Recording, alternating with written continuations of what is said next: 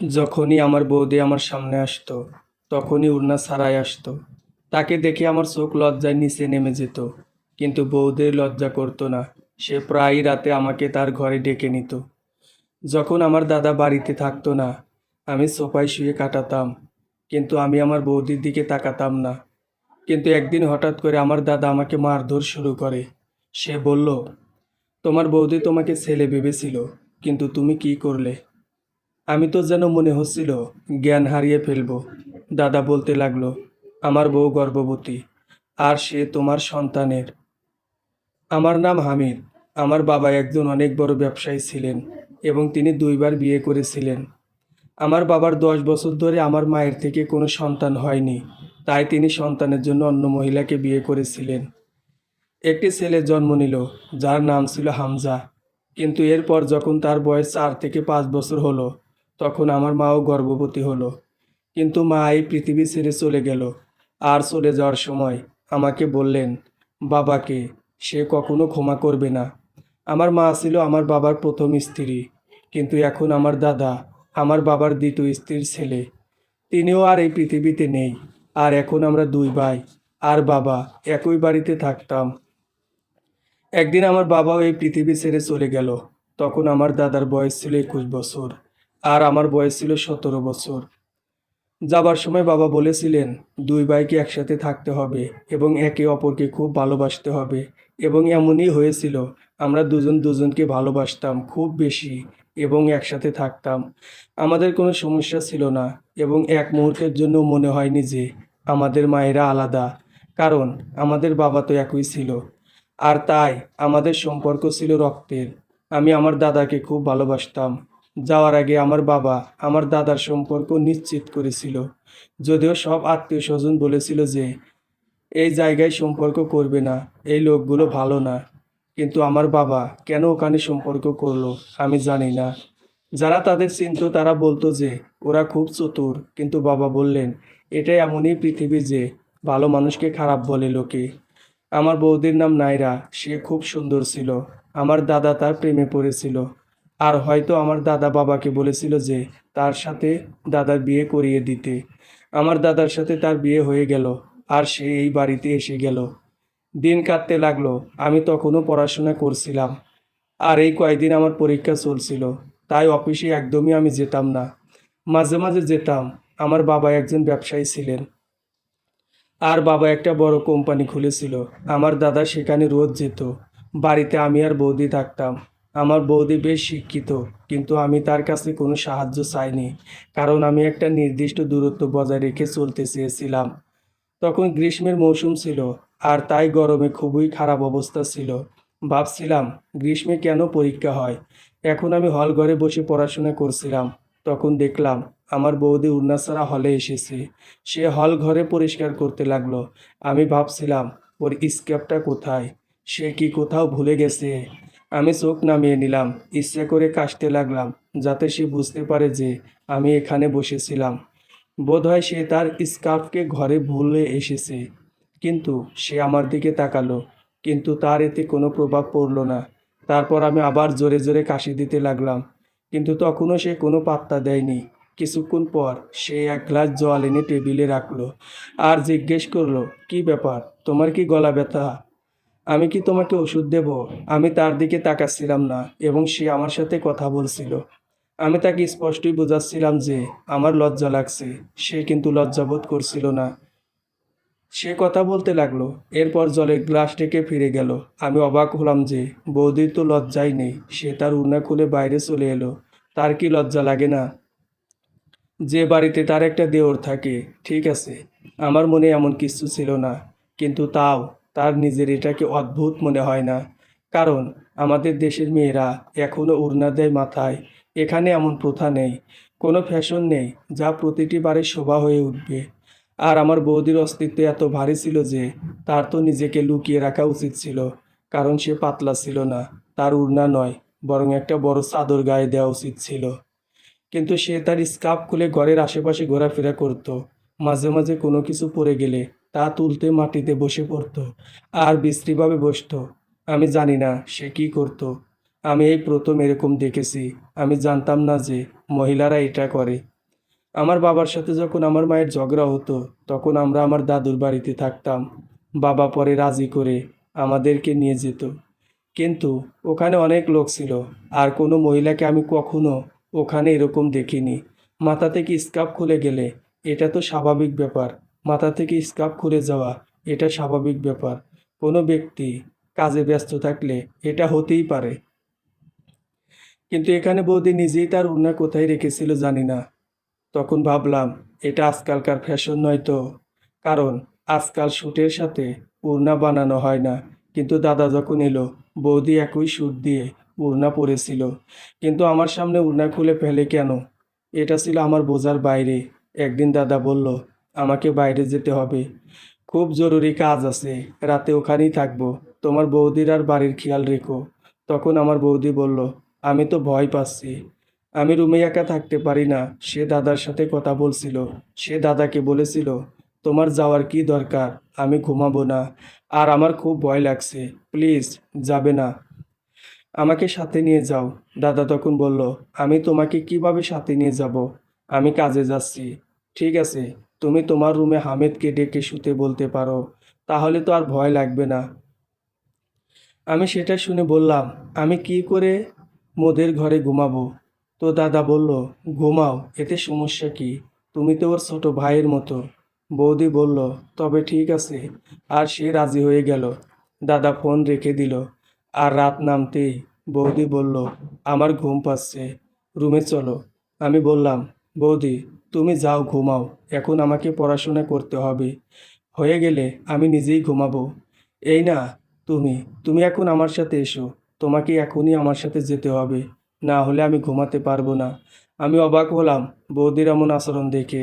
সে তো আমার পিছনে পড়ে গেল। আমি বললাম, ঠিক আছে চলো যাই। সে আমাকে বিছানায় ঘুমানোর ইঙ্গিত দিলে আমি অবাক হয়ে গেলাম। আমি বললাম, না, আমি এখানে শুতে পারছি না। সে বলল, কিন্তু আর কোথায় ঘুমাবি, এখানে ঘুমাও, খাট তো এত বড়, পাশেই ঘুমিয়ে যাও। আর অনুরোধে আমি পাশে শুয়ে পড়লাম। কিন্তু সে ঘুমিয়ে পড়লে আমি উঠে সোফায় শুয়ে পড়লাম। সোফাটা ছোট ছিল, ঘুম ভালো হয়নি। বিছানাতে বসতে পেরেছি শুধু কারণ এটা আমার বাধ্যতা ছিল। আমি মনে মনে ভাবতে লাগলাম, আমার দাদা আমাকে অনেক বিশ্বাস করে, তাই আমাকে বলেছে। আর দাদা চলে যাওয়ার পর আমি তো বৌদির খেয়াল রাখবো, আর এই বাড়িরও। কিন্তু আমি বাইরে শুলেই ভালো হতো। জানি না কেন অন্ধকারকে বৌদি এত ভয় পায়। কিছু মানুষ আছে যারা অন্ধকারকে খুব ভয় পায়, এতটা যে তারা সহ্যই করতে পারে না। হয়তো বৌদিরও একই সমস্যা ছিল।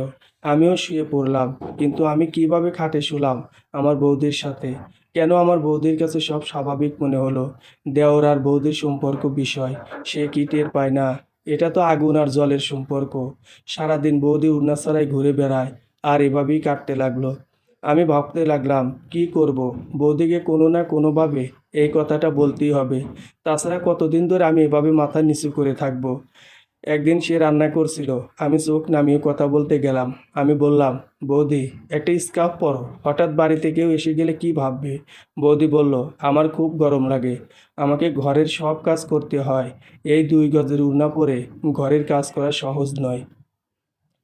যদি তোমায় করতে হতো তাহলে বুঝতে কত কঠিন হয়ে যায় এভাবে কাজ করা।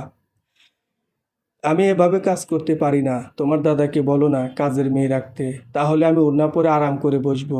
আমার যুক্তিটা ভালোই লাগলো, কিন্তু দাদার সাথে কথা বললে সে বলল, কেন রাখতে হবে কাজের লোক 3 জনের জন্য? তুমিও কি তোমার বৌদির সাথে মিলে গেছো? দাদা এটা শুনে হাসলো, কিন্তু আসলে এর পিছনে অন্য কারণ ছিল। তারপরেও দাদা প্রায়ই রাতে কাজের জন্য যেত, কিন্তু আমার তো আর এরকম কাজ ছিল না। সকালে অফিস তো 9টা থেকে বিকেল 5টা পর্যন্ত ছিল, এরপর তো বন্ধ হয়ে যেত। রাতে থেকে কাজ করে দাদা বলতো, আমি অন্য শহর থেকে অর্ডার নিতে যাচ্ছি। কিন্তু এই কাজ করার জন্য আমাদের অলরেডি 2জন লোক তো ছিলই, কারণ এটা ছিল একটা দৌড়াদৌড়ির কাজ। দাদার নিজে যাওয়ার কি বা দরকার ছিল? কিন্তু কি করব বুঝতে পারছিলাম না। দাদা গেলে বৌদি খুব জোরাজুরি করতো। যখনই দাদা থাকতো না বাড়িতে, বৌদিকে অদ্ভুত লাগতো। আমি অস্থির হয়ে পড়তাম। সে আমাকে বারবার বলতো, আমার রুমে এসে ঘুমাও, কিন্তু আমি ঘুমাতাম না। আমি শুধু সোফায় ঘুমাতাম। সকালে আমাকে এই বিষয়ে প্রশ্ন অবশ্যই করতো। তুমি সোফায় ঘুমালে কেন?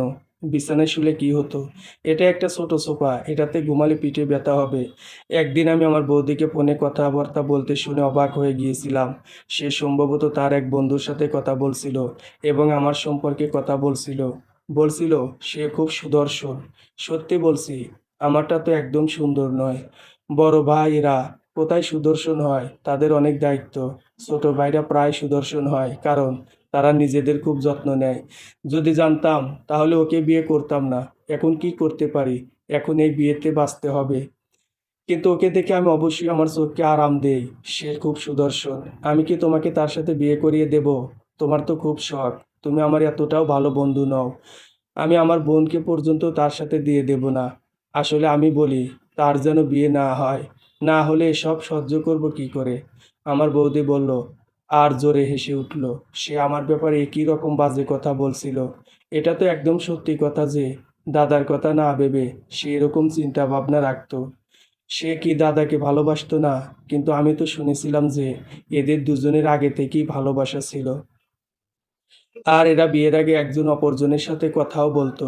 বোধহয় এজন্যই আমাদের সমস্ত আত্মীয়স্বজন বলতো যে ওই বংশের সাথে কোনো সম্পর্ক করো না, ওরা ঠিকঠাক নয়। আমি একবার বাবার ডায়েরি পেয়েছিলাম, যাতে লেখা ছিল যে সে তার কর্মের জন্য লজ্জিত। সেখানে আরও লেখা ছিল যে আমার জীবনের সবথেকে বড় ভুল হলো যে আমি আমার বউকে বেশি সময় দিতাম না, তার জন্য অপেক্ষা করতাম না। আর দ্বিতীয়বার বিয়ে করে তার সাথে অন্যায় করেছিলাম, যখন কিনা সে বাজাও ছিল না। বোধহয় প্রকৃতির তরফ থেকেই দেরি হচ্ছিল, কিন্তু তাও আমি অপেক্ষা করিনি। আর দ্বিতীয়বার বিয়ে করে তার সাথে অন্যায় করেছিলাম। ও রেগে গিয়ে নিজের বাড়িতে চলে গিয়েছিল। ও আমার প্রথম স্ত্রী ছিল, আমার প্রথম ভালোবাসা ছিল। এটা ঠিক যে আমি এখন আমার দ্বিতীয় স্ত্রীকে কখনোই ছেড়ে দেব না, কিন্তু তার সাথে আমি থাকতেও চাই। আমার মনের মধ্যে অনেক বেশি অনুশোচনা আছে। আর বাবা এটাও লিখেছিল যে এই অনুশোচনা আমি শেষ করতে চাই, আর তার জন্য আমি সব কিছু করতে রাজি। আর আমি এটা অবশ্যই করব। আমি আমার বউয়ের অভিযোগ অবশ্যই দূর করব। আমি আমার বাবার জন্য ভীষণ আফসোস করতাম। এর মধ্যে তার ভুল ছিল না। মানুষ প্রায়ই তাড়াহুড়ো করে ফেলে, আর এভাবে কখনো কখনো বাড়ি থেকে বেরিয়েও যায়। একদিন আমি বাড়িতেই ছিলাম, হঠাৎ করে আমার বৌদি সেখানে চলে আসলো। সে খুব সুন্দর জামা কাপড় পরেছিল, কিন্তু সেই জামা কাপড় ছিল ভীষণভাবে টাইট ফিট। সে বলতে লাগলো আমাকে কেমন লাগছে। সে তো আমার সামনে ঘোরাঘুরি করতে শুরু করলো। আমি বললাম যে বৌদি, তোমায় ভালো লাগছে, কিন্তু আমাকে কেন তুমি দেখাচ্ছ? তোমার নিজের বরকে দেখাও। তখন সে বলতে লাগলো তোমার দাদা তো ন্যূনতম ব্যবহারটুকু জানে না, তাকে তো যেটাই করে দেখিয়ে দিই সেটাতেই বলে ঠিকই লাগছে। সে তো মহিলাদের প্রশংসা করতেও পারে না। আমি বললাম বৌদি, এটা তো আমিও পারি না। এমনিতেও আমার জীবনে কোনো মহিলা তো ছিল না। তোমার বউ তো ভীষণ সৌভাগ্যবতী হবে। আমি বললাম দাদার জীবনেও আগে কোনো প্রেম ছিল না, তুমিও ভীষণ সৌভাগ্যবতী। তখন সে বলল হায়, আমি আর কোথায় সৌভাগ্যবতী। যাই হোক ছাড়ো। কখনো কখনো মন চাইতো বৌদিকে বলে দিই সোজাসুজি তুমি কি ধরনের আচরণ করে বেড়াচ্ছ। তোমাকে কি কেউ কিছুই শেখায়নি? তোমার ঘরে কি মা নেই যে তোমাকে ভদ্রতা শেখাবে? কিন্তু তারপর ভাবতাম যে দাদা যদি রেগে যায়। একবার এক রাতে আমি অনেকক্ষণ ধরে পড়াশোনা করছিলাম। দাদা ঘরে ছিল না। বৌদি বলল ঘরে চলে এসো। তাই আমি ঘরে গিয়ে শুয়ে পড়লাম। কিন্তু যেই বৌদি গভীর ঘুমে আচ্ছন্ন হলো, আমি উঠে বাইরে চলে এসেছিলাম আর আবার পড়তে বসে পড়লাম। সাথে সাথে এটাও ভাবছিলাম যে জানি না কি হচ্ছে, কেন আমার বৌদি এরকম আচরণ করছে। আমি পড়াতেই মন দিয়েছিলাম। আর যখন সকাল হলো তখন দেখলাম আমি সোফাতে শুয়ে শুয়ে ঘুমোচ্ছিলাম। তখনই হঠাৎ করে কেউ আমার কলার ধরলো আর আমাকে মারতে শুরু করলো। প্রথমে তো আমার মনে হলো আমি স্বপ্ন দেখছি, কিন্তু এটা সত্যি ছিল। আমার যখন চোখ খুললো তখন আমি অবাক হয়ে গেলাম যে আমাকে পাগলের মতো মেরে চলেছে সে আমার দাদা ছিল। সে আমাকে বলতে লাগলো এটা তুই কি করছিস? অসভ্য। আমি তোকে বিশ্বাস করেছিলাম না, আর তুই এই ধরনের অভদ্রতা করে ফেললি। সে তো কে নিজের ছেলে ভাবতো, আর তুই তার সাথে ভুল কাজ করলি। আমি বৌদির কান্নার আওয়াজ পেলাম আর আমার দাদা আমাকে মেরেই চলেছিল। এরপর আমি আমার দাদার হাত ধরে নিলাম আর বললাম, এসব কি হচ্ছে? আমাকে কেন পাগলের মতো মেরে চলেছ? আমি কি করেছি? আমার দাদা বলল, এখন আমাকে বলতে হবে তুমি কি করেছো। দাদা বলল যে কিছুক্ষণের মধ্যে আমাদের কাকা এবং তার বউ চলে আসবেন, যারা আমাদের বাড়ির বড় এবং যারা এখনো পর্যন্ত বেঁচে আছেন তাদেরকে এই সমস্ত কথা জানানো হয়েছে। আমার দাদা বলল, আমি বাড়ির বাইরে যেতাম যখন, তখন একে আমার বউয়ের ঘরেই শুতে বলতাম, কেননা ও রাত্রিবেলা ভয় পেত। সেও তো একে নিজের ছেলের মতোই ভাবতো, যে আমার ছোট দেওর আমার ছেলের মতোই। আর আজকে না জানি ওর সাথে কি করছে। আর সে গর্ভবতী, আর এটা আমার বাচ্চা নয়, বরং এর বাচ্চা। আমার বউয়ের সাথে ও বাজে কাজ করেছে এবং তারপর তাকে ভয় দেখিয়ে থমকে দিয়ে চুপ করতে বলল চুপ থাকবে, না হলে আমি তোমার বদনাম করে দেব। কিন্তু আমি জানতে পেরে গেছি। তারা অবাক হয়ে গিয়েছিল আর আমাকে অবাক হয়ে দেখতে লাগলো। বৌদি যখন বাইরে আসলো তখন সে খুব বাজেভাবে কাঁদছিল আর তার ঘাড়ের কাছে কিছু দাগও ছিল। আমার দাদা বলল, দেখো আমার বউয়ের কি অবস্থা করেছে। আমার কাকিমা তার মুখে হাত দিয়ে বলতে লাগলো, এ মা, এ কি অবস্থা। সবাই আমাকে বাজে বাজে কথা বলতে লাগলো, এমনকি আমার দাদাও বলল, আজ থেকে তোমার আমার সম্পর্ক শেষ, চলে যাও এখান থেকে। আমি আমার সম্পত্তি থেকে তোমাকে দূর করে দিলাম। আমি নিজের ছাপাই দিচ্ছিলাম, কিন্তু কেউ আমার কথাই শুনতে চাইছিল না। কাকাও আমাকে এই কথা শোনাচ্ছিল আর আমাকে ঘর থেকে বের করে দিল। যাওয়ার আগে আমি আমার কিছু জামা কাপড় আর আমার বাবার ডায়েরি নিজের সাথে নিয়ে গেলাম। তারপর আমাকে ঘর থেকে বের করে দরজা বন্ধ করে দেওয়া হলো। আমার দাদা আমার সাথে এরকম কেন করলো? এই সমস্ত কিছুই তো মিথ্যে ছিল। আমি এরকম কিছুই তো করিনি, বরং বৌদি নিজেই তো আমার উপর বাজে নজর রাখতো। আমাকে নিজের জালে ফাঁসাতে চাইতো, আমার সাথে অদ্ভুত অদ্ভুত আচরণ করত। আমি অবাক হয়ে গিয়েছিলাম যে আমার সাথে এরকম কেন হতো। আমি আমার বন্ধুর ঘরে চলে গেলাম, সে যথেষ্ট বড়লোক ছিল। তাকে আমার ঘরে রাখার কোনো সমস্যা ছিল না। কিন্তু আমি ভীষণ কষ্ট পেতাম যে আমার সাথে এসব কী হয়ে গেল। আমি দাদাকে ফোন করার চেষ্টা করলাম, আমার দাদা ফোন পর্যন্ত ধরতেছিল না। আমার সমস্ত আত্মীয়স্বজন আমাকে কথা শোনাচ্ছিল। একদিন কোর্টের তরফ থেকে আমার কাছে নোটিশ আসলো, যেখানে লেখা ছিল যে আমি আমার নিজের ইচ্ছায় সম্পত্তি থেকে অধিকার সরিয়ে নিতে চাইছি, কেননা আমি কিছু বাজে কাজ করেছি। আর এখন আমি কখনোই আমার সম্পত্তি দাবি করতে পারবো না। আমি খুব রেগে গেলাম। আমি বললাম, মনে হয় সম্পদের জন্যই এসব করেছে, তাই আমি এই কাগজে সই করে ফেরত পাঠালাম। কিন্তু আমার দাদার কি হয়েছে, কেন সে এসব করলো, এটা আমার বোধগম্যের বাইরে। একদিন বাবার ডায়েরি পড়লাম। ডায়েরির অর্ধেকে লিখেছিল, বাকি সব পাতা ফাঁকা, হয়তো লেখার সময় পাননি। কিন্তু হঠাৎ করে আমি যখন পাতা উল্টাতে থাকলাম তখন লেখা দেখতে পেলাম, ভিতরে মধ্যিখানে কিছু পাতা খালি ছিল। তারপর আগে গিয়ে আরও কিছু লেখা ছিল। হতে পারে সেটা বাবার শেষ লেখা ডায়েরিতে।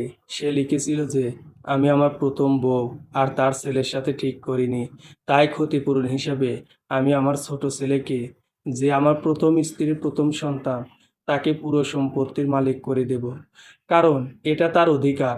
আর হয়তো এভাবেই আমার অপরাধ ক্ষমা হয়ে যাবে।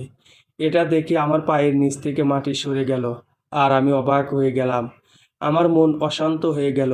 আর এবার আমি বুঝতে পারলাম, বোধহয় এই সমস্ত কিছু দাদার এই জন্যই করেছিল, যে নিজের বউয়ের সাথে মিলে সে প্রমাণ করে দিল যে সে আমার নিজের ভাই নয়।